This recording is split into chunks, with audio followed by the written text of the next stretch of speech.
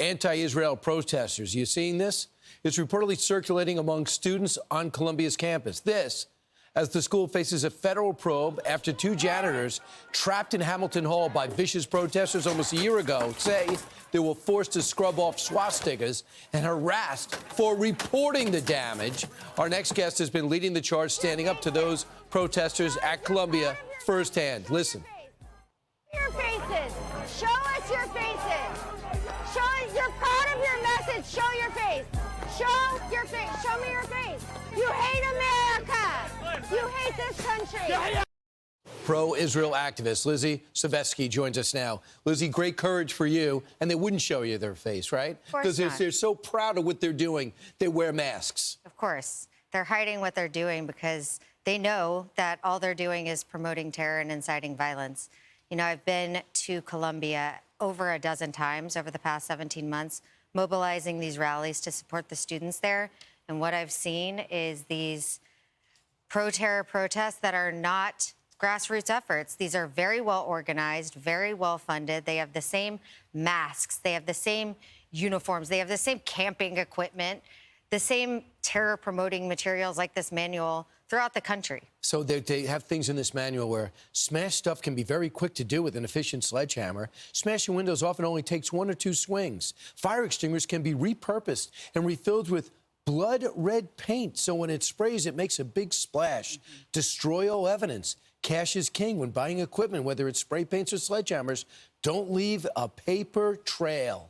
So this is a way of continuing to protest and to not get arrested. Yeah, of course. They're trying to hide their tracks. They're there for one reason and one reason only, and that is to wreak havoc and to make unrest in this country. And the university has not only been complacent, they are complicit in enabling this. Let me ask you, who's inviting these people from Syria to go to Columbia when some kid in Missouri has got 104 average and a perfect SATs and mysteriously can't get into an Ivy League institution? But a 28-year-old from Syria hanging out in London gets into Columbia. And he's living in a university apartment. Yeah. As a graduate student who I think graduated at 31 years old. So then you got Lester Wilson and Mario Torres, 2 janitors who were held against their will at Hamilton Hall and harassed and hit. And then when they had to go erase the swastikas and all the damage, and they complained about it, they got in trouble. When they took away the chalk so they couldn't defile this room, they got in trouble, and now they're suing. Well, of course. I mean, it doesn't surprise me at all that Columbia would just want to hide the evidence. This has been building up for decades at Columbia. This is not something that just started after October 7th.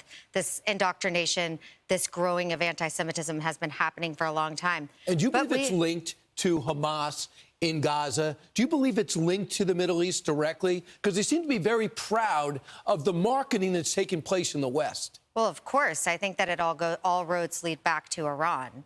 But I think that the real issue here is that nobody has been held accountable for the past 18 months. And now, finally, we're seeing some consequences from the Trump administration. But it has been way too long. We should have seen these consequences a year and a half ago. If you come into this country and you are supporting terror, you don't get to stay here. And if you're a university and you're not protecting your students, your federal funding needs to be pulled. I don't know why this didn't happen on October 8th. I wish people had your courage that you're doing it, because no one is going to stop Lizzy from getting in their face. Thanks so much, Lizzy, for what you do. Thank you. And for telling the story. Meanwhile, we reached out to Columbia. They declined to comment about the reported manual. But as for the federal probe, they cannot comment because it's a pending investigation. What can you do?